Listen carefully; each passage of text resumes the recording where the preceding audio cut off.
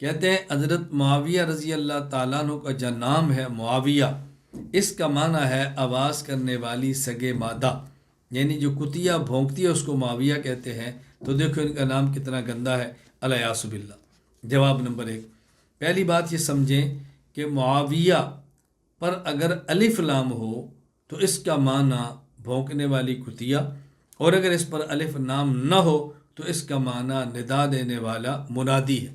چنانچہ علامہ وحید الزمان قاسمی کرانوی رحمہ اللہ وفات 1416 ہجری القاموس الوحید میں لکھتے ہیں آواہم ایسا یحہم، ایک دوسرے کو پکارنا، تو ان کا معنی آواز دینا ہے۔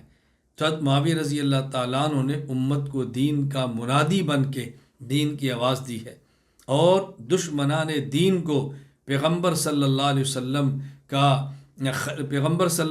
کی امت کا خلیفہ اور امیر بن کے آپ نے دعوت جہاد دی ہے اور پکارا ہے، اور عرب و عجم کو آپ نے رسول اللہ علیہ وسلم کے مقابلے میں اترنے والے شخصوں کو روند کے رکھا ہے۔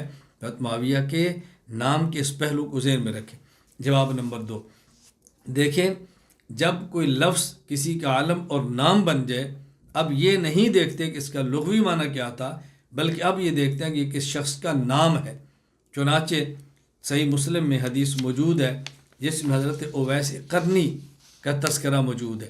اب اگر آپ دیکھیں کہ اویس کا معنی لغت میں کیا ہے، تو اویس کا لغت میں معنی ابو الفضل محمد بن مکرم بن علی بن جمال الدین ابن منظور رحمہ اللہ، ان کی وفات 711 ہجری، لسان عرب میں لکھتے ہیں اویس تصغیر اوسن و من اسماء الذئب، اویس کہتے ہیں یہ بھیڑیے کے بچے کو اویس کہتے ہیں۔ اب دیکھو لغوی معنی کتنا گندا ہے، لیکن اویس قرنی یہ وہ ہیں کہ جن کی بشارت رسول اللہ صلی اللہ علیہ وسلم نے دی ہیں، اور حضرت اویس کے نام کو آج سعادت اور فخر کی نگاہ سے دیکھا جاتا ہے۔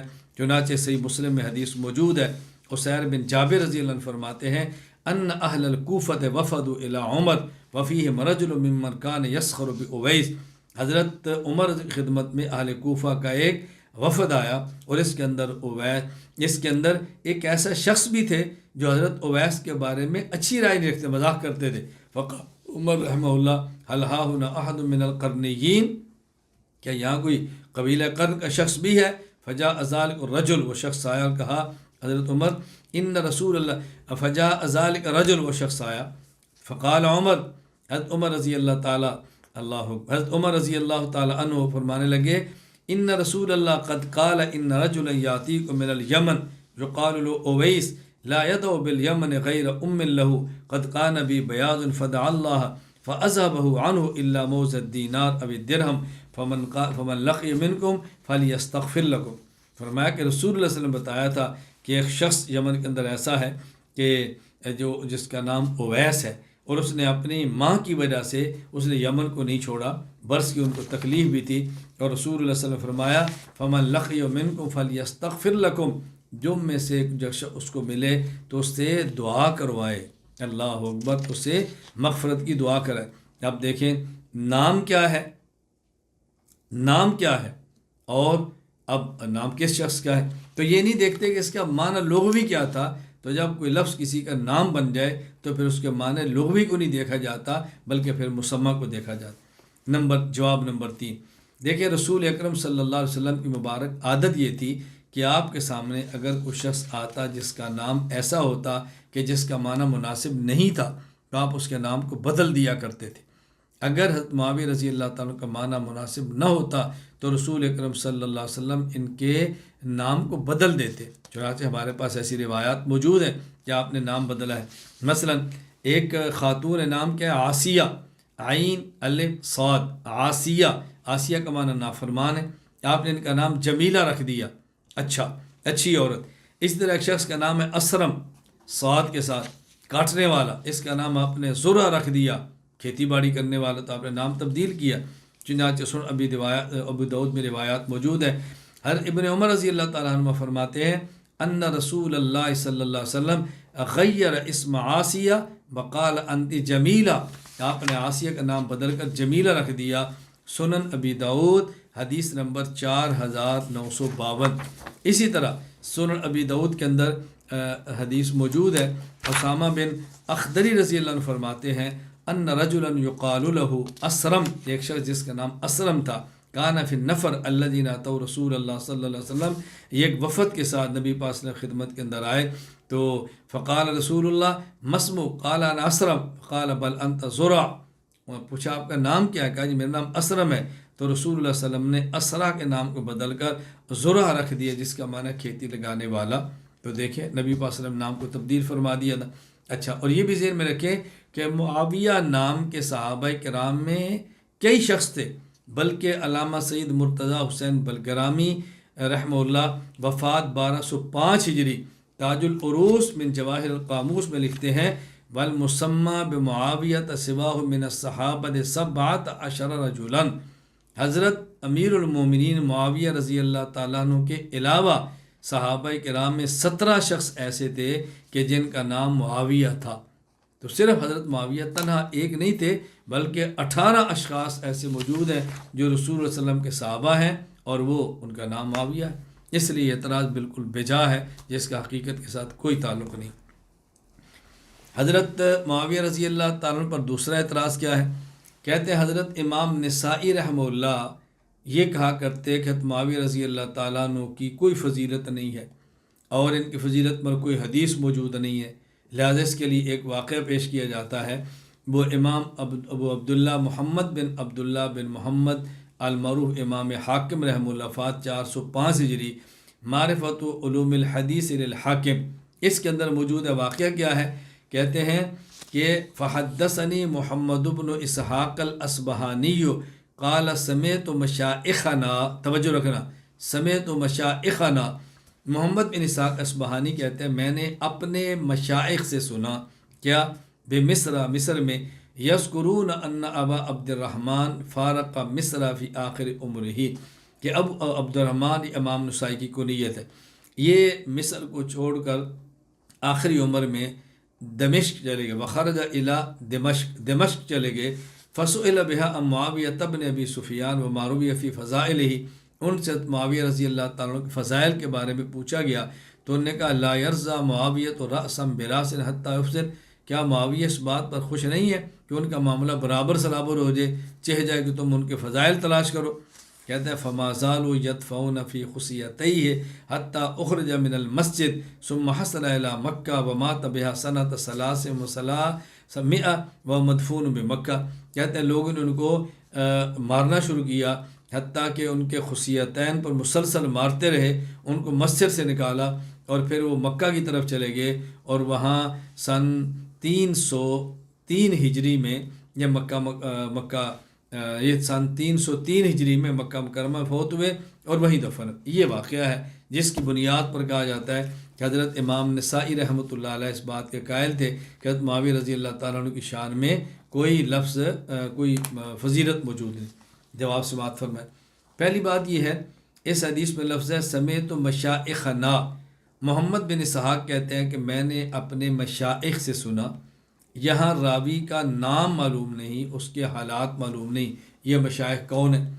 اگر کسی راوی کا نام معلوم نہ ہو، اس کی ذات مجہول ہو تو کہتے ہیں مجہول العین، اور اگر اس کا نام اور ذات کا پتہ ہو، حالات کا پتہ نہ ہو، اس کہتے ہیں مجہول الحال۔ تو جو راوی مجہول العین بھی ہو، مجہول الحال بھی ہو، یعنی ذات بھی معلوم نہ ہو، احوال بھی معلوم نہ ہو، ایسے شخص کی روایت قابل قبول نہیں ہوتی اور معتبر نہیں ہوتی۔ اس پر میں چند ایک حوالہ جات پیش کرتا ہوں۔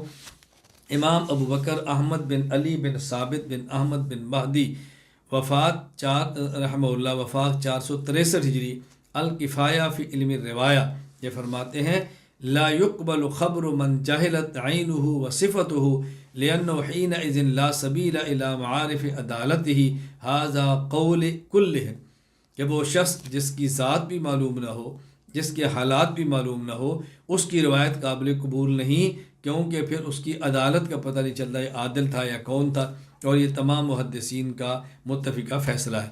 نمبر 2، علامہ محی الدین ابو زکریا یحییٰ بن شرف النووی رحمہ اللہ وفات 676 ہجری التقریب میں فرماتے ہیں روایت مجہول العدالت ظاہرا و باطلا لا تقبل عند الجماہیر، جمہور محدثین کے ہاں وہ شخص کہ جس کی عدالت معلوم نہ ہو ظاہراً اور باطناً، اس کی روایت قبول نہیں ہوتی۔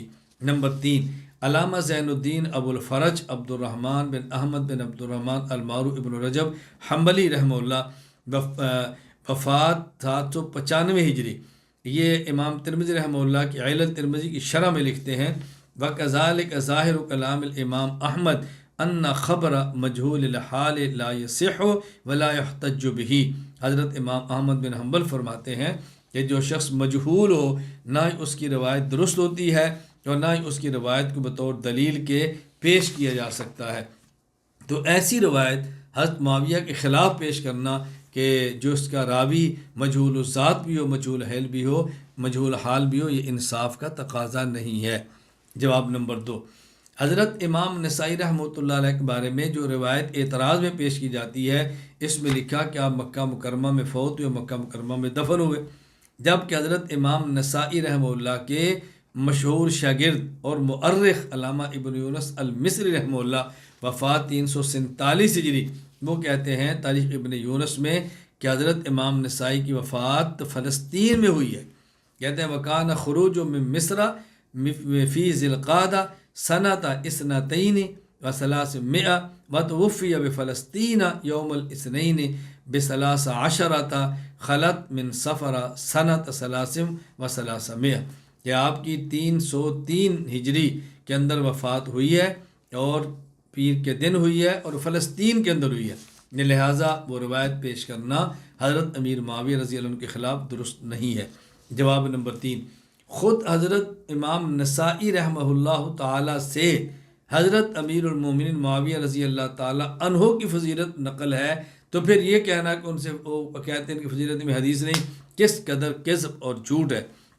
آپ دیکھیں علامہ ابو الحجاج جمال الدین یوسف بن عبد الرحمن بن یوسف المزی رحمہ اللہ وفات 742 ہجری، وفات 742 ہجری، یہ نقل فرماتے ہیں تہذیب الکمال فی اسماء الرجال میں، کہتے ہیں سئل ابو عبد الرحمن النسائی عن معاویہ بن ابی سفیان صاحب رسول اللہ صلی اللہ علیہ وسلم، حضرت امام نسائی سے معاویہ بن سفیان رسول اللہ صلی اللہ علیہ وسلم کے صحابی کے بارے میں پوچھا گیا، فرمایا انما الاسلام کدار لہا باب، اسلام اس گھر کی طرح ہے جس کا دروازہ بھی ہو، فباب الاسلام الصحابہ، اسلام کا دروازہ صحابہ ہے رضی اللہ عنہ، فمن آذ الصحابۃ انما اراد الاسلام، جو صحابہ کو تکلیف دیتا ہے وہ گویا اسلام کو تکلیف دیتا ہے، جو صحابہ کو ہدف بناتا ہے وہ گویا اسلام کو ہدف بناتا ہے، جو صحابہ پر تنقید کرتا ہے گویا وہ اسلام پر تنقید کرتا ہے، کمن نقر الباب انما یرید دخول الدار، جس طرح جو شخص جو گھر کا دروازہ کھٹکھٹاتا ہے، اس کا معنی وہ گھر میں داخل ہونا چاہتا ہے، فمن اراد معاویۃ فانما اراد الصحابہ، جو شخص حضرت معاویہ رضی اللہ عنہ پر اعتراض کرتا ہے وہ گویا صحابہ کرام رضی اللہ تعالی عنہ پر اعتراض کرتا ہے۔ اب دیکھو حضرت امام نسائی خود فرما رہے ہیں کہ حضرت معاویہ پر اعتراض کرنا صحابہ پر اعتراض ہے، اور صحابہ پر اعتراض کرنا اسلام پر اعتراض ہے، اور اسلام پر اعتراض کرنے والا آپ بتاؤ بھلا مسلمان ہو سکتا ہے؟ اندازہ فرمائیں ذرا۔ تیسرا اعتراض، حضور اکرم صلی اللہ علیہ وسلم نے حضرت معاویہ کے لیے بد دعا فرمائی تھی کہ معاویہ کا اللہ کرے پیٹ کبھی نہ بھرے، یہ اعتراض ہے، اور اس کی بنیاد ایک حدیث ہے، ذرا وہ سماعت فرما لیں۔ حضرت عبداللہ بن عباس رضی اللہ تعالی عنہما سے ہے، صحیح مسلم حدیث، باب من لعنہ النبی صلی اللہ علیہ وسلم او سبہ او دعا علیہ ولیس واہلا لذالک کان لہ زکا، یہ حدیث صحیح مسلم میں ہے۔ حضرت ابن عباس رضی اللہ عنہ فرماتے ہیں قال کنت العب مع الصبیان، میں چھوٹے بچوں کے ساتھ کھیل رہا تھا، فجاء رسول اللہ صلی اللہ علیہ وسلم فتواریت خلف باب، نبی پاک صلی اللہ علیہ وسلم تشریف لائے تو میں دروازے کے پیچھے چھپ گیا، قال فجاء فحطنی خطأۃ، نبی پاک صلی اللہ علیہ وسلم تشریف لائے اور مجھے دونوں شانوں کے درمیان ہلکی سی تھپکی دی، ہاتھ سے جیسے بچوں کو پکڑ کے تھپکی دیتے ہیں، وقال اذهب ودع لی معاویہ، جاؤ معاویہ کو بلا کر لاؤ۔ فجئت فقلت هو یاکل، میں گیا واپس آیا اور میں نے کہا یا رسول اللہ معاویہ کھانا کھا رہے ہیں۔ ثم قال لی اذهب فادع لی معاویہ، آپ نے پھر فرمایا جاؤ معاویہ کو بلا کر لاؤ۔ فجئت فقلت هو یاکل، میں پھر میں نے کہا یا رسول اللہ وہ کھانا کھا رہے ہیں۔ فقال لا اشبع اللہ بطنہ، فقال لا اشبع اللہ بطنہ، آپ نے فرمایا کہ اللہ کرے معاویہ کا کبھی پیٹ نہ بھرے۔ ایک بات یہاں سمجھ لیں کہ یہ جو 2 بار اگر واپس آئے معاویہ کھانا کھا رہے تھے تو یہ نہ سمجھنا کہ حضرت معاویہ رضی اللہ بہت زیادہ کھانا کھاتے رہے، بڑی دیر لگی۔ حضرت عبداللہ بن عباس بچے ہیں، بچہ تو سپیڈ سے جاتا ہے، سپیڈ سے آتا ہے، کتنی دیر لگتی ہے؟ بچہ تو گیا اور آیا، گیا اور آیا، اور بچے کو تو فکر ہوتی ہے کہ میری کام سے میں کام سے نکلوں اور اپنے کھیل کے اندر پھر دوبارہ شروع ہو جاؤں۔ اس لیے اس کی غلط فہمی کے اندر نہ رہنا کہ شاید بہت طویل تک کھاتے رہے، بہت زیادہ کھا رہے تھے۔ خیر یہ حدیث پاک ہے جو بطور اعتراض کے حضرت معاویہ رضی اللہ عنہ کے خلاف پیش کی جاتی ہے۔ جوابات سے بات فرمائیں۔ جواب نمبر 1، اس حدیث میں کہیں بھی نہیں کہ حضرت عبداللہ بن عباس رضی اللہ عنہما نے حضرت معاویہ رضی اللہ تعالی عنہ کو رسول اللہ صلی اللہ علیہ وسلم کا پیغام دیا ہو اور حضرت معاویہ نہ آئے ہوں۔ حضرت عبداللہ بن عباس گئے، معاویہ کھانا کھا رہے تھے، یہ واپس آ گئے، دوبارہ گئے، وہ کھانا کھا رہے تھے، واپس آ گئے۔ تو حضرت معاویہ رضی اللہ تعالی عنہ کے خلاف اگر آپ بد دعا فرماتے بھی تو تب ہوتی جب آپ ان کو بلاتے اور وہ نہ آتے، ان کو علم ہی نہیں ہے، تو اگر پھر نہیں آئے تو پھر کیا فرق پڑا؟ اس لیے یہ اعتراض ٹھیک نہیں۔ جواب نمبر 2، اور حضور اکرم صلی اللہ علیہ وسلم جن کو لوگ گالیاں دیں اور آپ معاف کریں، تاہ والے پتھر مارے اور آپ معاف کریں، اور اتنی سی بات پر کہ آپ پیغام بھیجیں اور آپ کا صحابی نہ آئے اور آپ بد دعا فرما دیں اور آپ تحقیق بھی نہ فرمائیں کہ کیوں نہیں آیا، اس کا عذر کیا ہوگا، ایک بچے کے کہنے پر آپ بد دعا فرما دیں، عقل اس کو قطعاً تسلیم نہیں کرتی اور یہ رسول اللہ صلی اللہ علیہ وسلم کی شان کے لائق بھی نہیں۔ جواب نمبر 3، یہ جو رسول اکرم صلی اللہ علیہ وسلم نے لا اشبع اللہ بطنہ فرمایا، اس قسم کے کلمات عرب کے ماحول اور سوسائٹی میں بد دعا کے لیے نہیں ہوتے تھے، بلکہ عام یہ جملے کہہ دیے جاتے تھے جن کا تعلق بد دعا سے نہیں ہوتا تھا، بلکہ بس اوقات یہ خوشطبی کے طور پر ہوتے اور بس اوقات یہ جملے بطور دعا کے ہوتے تھے۔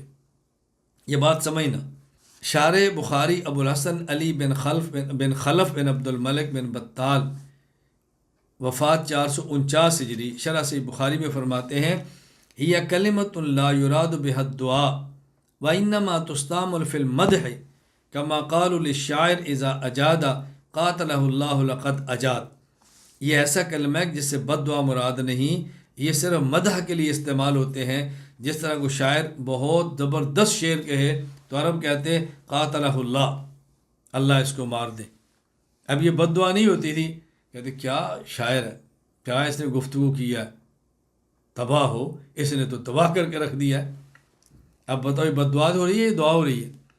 نہیں، کوئی شاعر اگر بہت اچھا شعر کہے، کہتا ہے یار تو نے تو مجمع کو لوٹ لیا ہے، اور اب بتاؤ لوٹنا بظاہر تو اچھا لفظ نہیں ہے نا، لیکن ہمارے محاورات کے اندر تو اچھا لفظ استعمال ہوتا ہے، مجمع لوٹ گیا ہے، برباد کر کے رکھ دیا، تو نے تو لوگوں کے تباہ ہو، تو نے تو مجمع کو تباہ کر دیے۔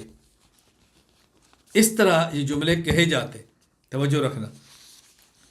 علامہ محی الدین ابو زکریا یحییٰ بن شرف النووی رحمہ اللہ، وفات 676 ہجری، اس حدیث کی شرح میں، شرح مسلم للنووی میں فرماتے ہیں انما وقع من سبہ بدعائہ ونحو لیس بمقصود، اس قسم کے کلمات جو آپ کی زبان سے نکلے اس سے مقصود بد دعا نہیں تھی، بل ہوا مما جرت بہ عادت العرب فی وصل کلام بلا نیہ، کلام عرب میں گفتگو کے دوران ایسے جملے بول دیے جاتے جس میں کوئی نیت بد دعا کی نہیں ہوتی تھی اور بظاہر وہ کلمات بد دعا والے ہوتے تھے۔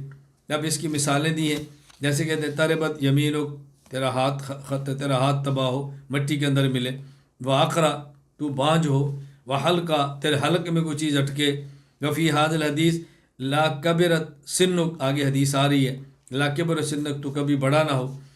اچھا، وفی حدیث معاویہ لا اشبع اللہ بطنہ ونحو ذالک، لا یقصدون بشیء من ذلک حقیقت الدعا، اسے قطعاً بد دعا مقصود نہیں ہوتی۔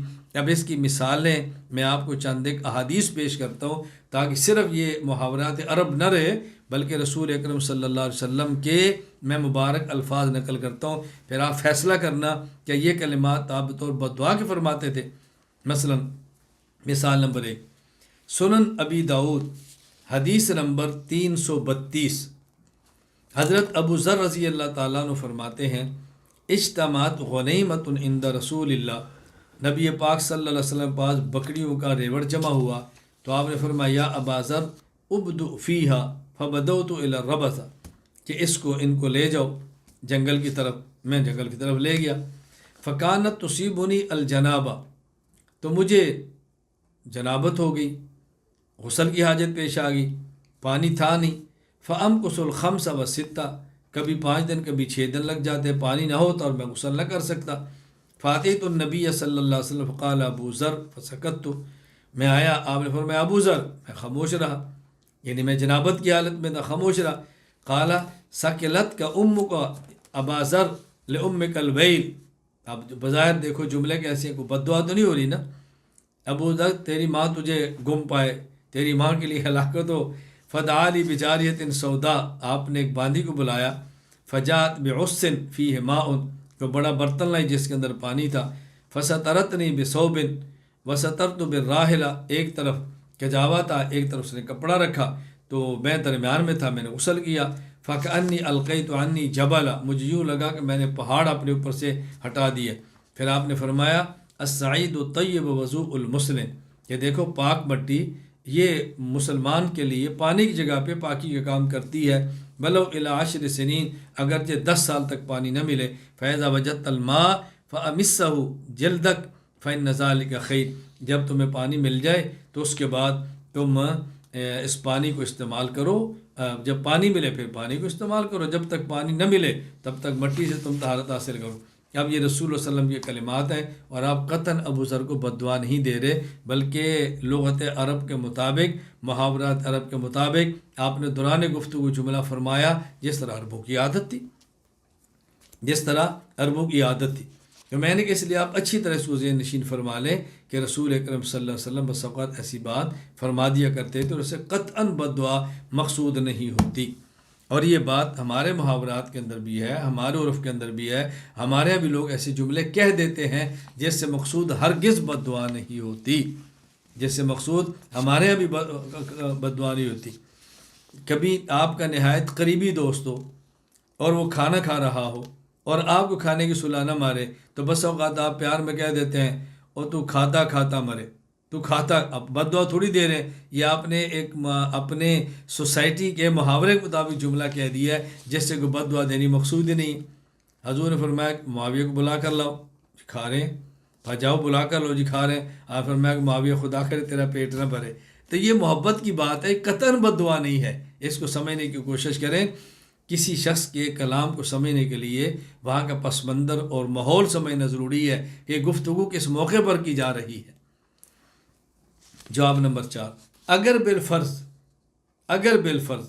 خدا نخواستہ یہ بد دعا بھی مان لی جائے تو پھر بھی رسول اکرم صلی اللہ علیہ وسلم پیش کی یہ بات فرما چکے ہیں کہ میں اے اللہ کسی کے لیے بد دعا فرماؤں مسلمان کے لیے، اس کو دعا سے بدل دینا، اے اللہ اس کو اس کی پاکیزگی کا سبب بنا دینا، یہ حضور خود اپنی امت کے لیے اللہ سے فرما چکے ہیں۔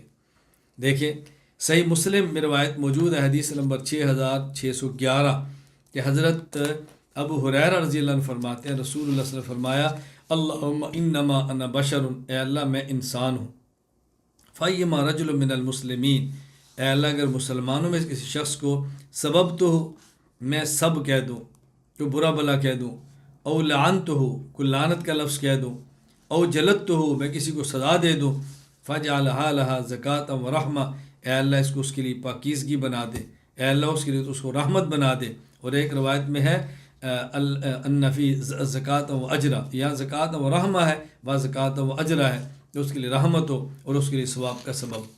اچھا اسی طرح دوسری حدیث، یہ صحیح مسلم حدیث نمبر 6622، حضرت انس بن مالک رضی اللہ عنہ فرماتے ہیں کانت عند ام سلیم یتیمہ، ام انس انس کی والدہ ام انس بھی کہتے ام سلیم بھی کہتے، ان کے پاس ایک یتیم بچی تربیت میں تھی۔ رسول اللہ صلی اللہ علیہ وسلم نے اس کو دیکھا، فرمایا انتی ہیا لقد کبرتے، یعنی پہلے چھوٹی تھی کہ اب تو بہت بڑی ہو گئی ہے۔ صاحب آپ نے فرمایا لا کبر سنک، بظاہر اس کا معنی کیا تھا کہ تو کبھی بڑی نہ ہو، تجھے لمبی عمر نہ ملے، تجھے بڑی عمر نہ ملے۔ فرجعت الیتیمہ، وہ یتیم بچی ام سلیم کے بعد دوڑتی ہوئی اور رو رہی تھی۔ ام سلیم نے پوچھا کیوں رو رہی ہے، خیر تو ہے؟ اس نے کہا دا علیہ نبی اللہ، رسول اللہ سے مجھے بد دعا دی ہے۔ کیا بد دعا دی ہے؟ اللہ اکبر سنی، کہ میری عمر لمبی نہ ہو، میری عمر بڑی نہ ہو۔ اب تو میری عمر بڑی ہو ہی نہیں سکتی، حضور نے بد دعا جو دے دی ہے، فالآن لا یکبر سنی ابدا۔ ام سلیم نے دوپٹہ لیا، جلدی کی اور سیدھا حضور کی خدمت میں گئی فوراً، اور کہا یا رسول اللہ۔ جب دوڑتی انہوں نے کہا اللہ کے نبی، ام سلیم کیا ہوا؟ بڑی تیزی سے آئی تو کہا یا نبی اللہ ادعوت علی یتیمتی، یہ یتیم بچی جو میری تربیت میں، آپ نے اس کو بد دعا دی ہے۔ وما ذاک یا ام سلیم، اور پھر ام سلیم کیا ہوا؟ میں تو بد دعا نہیں دی۔ اس نے کہا زعمت انک دعوت اللہ یکبر سنہا بلا یکبر قرنہا، حضور وہ سمجھتی ہے کہ آپ نے بد دعا دی ہے کہ اس کی عمر لمبی نہ ہو، اب تو کہتی ہے میری عمر بڑی ہوگی نہیں۔ فضحک رسول اللہ صلی اللہ علیہ وسلم، اللہ کے نبی مسکرا پڑے، اللہ کے نبی مسکرا پڑے۔ اب دیکھو جس جملے کو صحابیہ نے بد دعا سمجھا ہے، حضور اس پہ مسکرا رہے ہیں کہ بچی میری بات کو سمجھ نہیں سکی۔ فرمایا یا ام سلیم اما تعلمین ان شرطی علی ربی، تجھے پتہ ہے کہ میں نے اپنے رب سے ایک عہد کیا ہوا ہے۔ وہ کیا؟ اللہ اکبر، وہ کیا؟ فرمایا ان اشتریت علی ربی فقلت انما انا بشر، میں نے اپنے رب سے عہد لیا کہ یا اللہ میں انسان ہوں، ارضا کما یرضی البشر، جس طرح لوگ خوش ہوتے ہیں میں بھی خوش ہو جاتا ہوں، واغضب کما یغضب البشر، جس طرح لوگ غصہ آتے ہیں مجھے بھی غصہ آ جاتا ہے۔ فأیما احد دعوت علیہ من امتی بدعوۃ، اگر میں کسی شخص کے حق میں ایسی بات کہہ دوں جو بظاہر بد دعا ہو، آگے کیا فرمایا؟ لیس لہا باہل ان یجعلہا لہ طہورا وزکاة وقربتا یقربہ بہا منہ یوم القیامہ۔ اے اللہ، لفظ پہ غور کرنا، فأیما احد دعوت علیہ من امتی بدعوۃ لیس لہا باہل، اگر میں کسی شخص کے لیے ایسا جملہ کہہ دوں جو بظاہر بد دعا ہو، اور وہ چونکہ بد دعا کا اہل نہیں ہے، تو کیا کرنا؟ ان یجعلہا لہ طہورا، یا اللہ ان کلمات کو اس کو پاک کرنے کا ذریعہ بنانا، وزکا، اور اس کی اے اللہ تزکیے کا ذریعہ بنانا، وقربتاً، اور ایسی قربت دے دینا کہ جو اس کو قیامت کے دن قریب کر دے، قربت یقربہ بہا منہ یوم القیامہ، اور ایسی قربت بنا دے جس کے ذریعے تو اسے اپنا تقرب نصیب فرمائے، یعنی ایسی قربت ہو کہ تو اس کو اپنے قریب کر لے۔ تو میں نے تو اللہ تعالیٰ سے وعدہ لیا ہوا ہے، میں نے تو اللہ سے عہد کیا ہوا ہے۔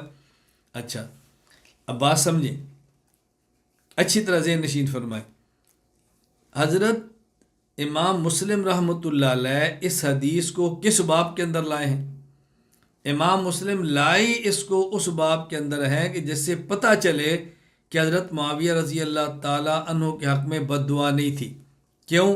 امام مسلم نے باب قائم کیا ہے، امام مسلم نے باب قائم کیا ہے، باب من لعنہ النبی صلی اللہ علیہ وسلم او سبہ او دعا علیہ ولیس هو اہلا لذالک، اگر اللہ کے نبی کسی کو سب و شتم فرما دیں بظاہر سب و شتم کے لفظوں، یا آپ کسی پر بد دعا فرمائیں اور بد دعا کا اہل نہ ہو، تو اس کو پاکیزگی ملتی ہے، قربت ملتی ہے۔ یہ باب قائم کیا اور اس کے تحت حدیث لائے۔ امام مسلم کا اس باب کے تحت اس حدیث کو لانا اس بات کی دلیل ہے کہ حضرت معاویہ رضی اللہ تعالیٰ عنہ کے لیے حضور نے بد دعا نہیں فرمائی، حضرت معاویہ بد دعا کے مستحق نہیں تھے۔ علامہ محی الدین ابو زکریا یحییٰ بن شرف النووی رحمہ اللہ، وفات 676 ہجری، فرماتے ہیں قد فہم مسلم رحمہ اللہ من ھذا الحدیث ان معاویہ لم یکن مستحقا للدعاء علیہ فلہذا ادخلہ فی ھذا الباب۔ امام مسلم سمجھتے تھے حضرت معاویہ بد دعا کے مستحق نہیں، تبھی تو اس واقعے کو اس باب کے تحت لائے ہیں، تو حضرت معاویہ رضی اللہ تعالیٰ عنہ کے لیے یہ رسول اللہ صلی اللہ علیہ وسلم کی بد دعا نہیں تھی۔ اللہ کے لیے ترس کھائیں اور یوں غلط استنباط نہ کریں۔ جواب نمبر 5، حضرت امیر معاویہ رضی اللہ تعالیٰ عنہ کے لیے یہ جملے تو آپ کو یاد رہے جو بد دعا نہیں تھے اور بظاہر بد دعا محسوس ہو رہے تھے، تو وہ جملے یاد کیوں نہیں ہیں جو اللہ کے نبی حضرت معاویہ رضی اللہ عنہ کی تاریخ میں فرمائے ہیں اور آپ نے حضرت معاویہ کے لیے دعائیں فرمائی ہیں؟ وہ دعائیں کیوں آپ بھول گئے؟ ذرا اس کا بھی تو تذکرہ کریں۔ حضرت امام ابو عیسیٰ محمد بن عیسیٰ بن ثورہ ترمذی رحمہ اللہ، وفات 279 ہجری، سنن ترمذی حدیث نمبر 3842، فرماتے ہیں عبد الرحمن ابن عمیرہ رضی اللہ عنہ کہتے ہیں، اور یہ رسول اللہ صلی اللہ علیہ وسلم کے صحابی ہے، اللہ کے نبی نے فرمایا معاویہ کے لیے اللہم اجعلہ ہادیم مہدیم واہد بہ۔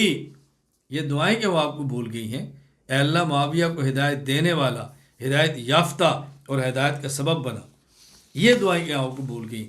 اسی طرح امام ابو بکر محمد بن حسین بن عبداللہ الآجری رحمہ اللہ، وفات 360 ہجری، الشریعہ للآجری حدیث نمبر 1915، کہتے ہیں عبد الرحمن بن ابی عمیرہ رضی اللہ عنہ کہتے ہیں رسول اللہ صلی اللہ علیہ وسلم معاویہ کے لیے دعا فرماتے اللہم اجعلہ ہادیا مہدیا واہدہ واہد بہ ولا تعذبہ۔ یہ دعائیں کیوں بھول گئیں؟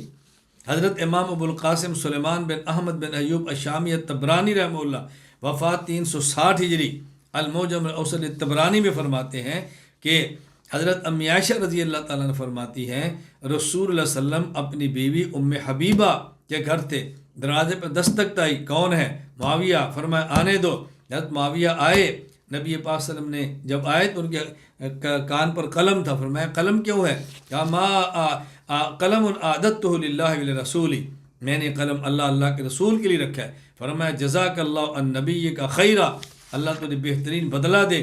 پھر حضور نے فرمایا اے معاویہ وَإِنَّ اللَّهَ كَيْفَ بِكَ لَوْ قَمَّسَكَ اللَّهُ قَمِيصًا، کیسا وقت ہوگا جب اللہ تجھے خلافت کی قمیص پہنائے گا۔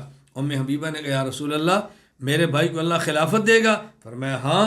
آپ نے کہا میرے بھائی کے لیے آپ دعا فرمائیں، تو حضور نے کیا دعا فرمائی؟ اللہم اہدہ بالہدیٰ، اے اللہ اسے ہدایت کی طرف رہنمائی فرما، وجنبہ الردیٰ، اے اللہ اس کو ہلاکت سے محفوظ فرما، واغفر لہ فی الآخرۃ والأولیٰ، اے اللہ آخرت میں دنیا میں اس کو معاف فرما۔ یہ دعائیں کہ وہ یاد نہیں؟ اسی طرح امام ابو بکر محمد بن حسین بن عبداللہ الآجری رحمہ اللہ، وفات 360 ہجری، الشریعہ للآجری حدیث نمبر 1919، فرماتے ہیں مسلمہ بن مخلد رضی اللہ عنہ کہتے ہیں میں نے سنا رسول اللہ صلی اللہ علیہ وسلم فرما رہے تھے اللہم علم معاویۃ الکتاب ومکن لہ فی البلاد وبقہ العذاب، اے اللہ معاویہ کو قرآن و سنت کا لکھنے کا علم دے دے، معاویہ کو کی سلطنت کو حکومت کو مضبوط فرما دے، اے اللہ معاویہ کو آخرت کے عذاب سے بچا دے۔ یہ آپ کو دعائیں کیوں یاد نہیں؟ اللہ تعالیٰ ہمیں بات سمجھنے کی توفیق عطا فرمائے، اللہ تعالیٰ ہمیں قدر کی توفیق عطا فرمائے، صحابہ کرام کی شان میں رتب اللسان لینے کی توفیق عطا فرمائے۔ ہم انشاءاللہ زندگی بھر صحابہ کے ساتھ ہیں، صحابہ کے ساتھ رہیں گے، صحابہ کے ساتھ مریں گے، پوری زندگی صحابہ کرام کی غلامی کریں گے اور ہماری سعادت ہوگی۔ اللہ ہماری زبان کو، ہمارے قلم کو، ہمارے دماغ کو حضرات صحابہ کرام کے دفاع کے لیے قبول فرما لے۔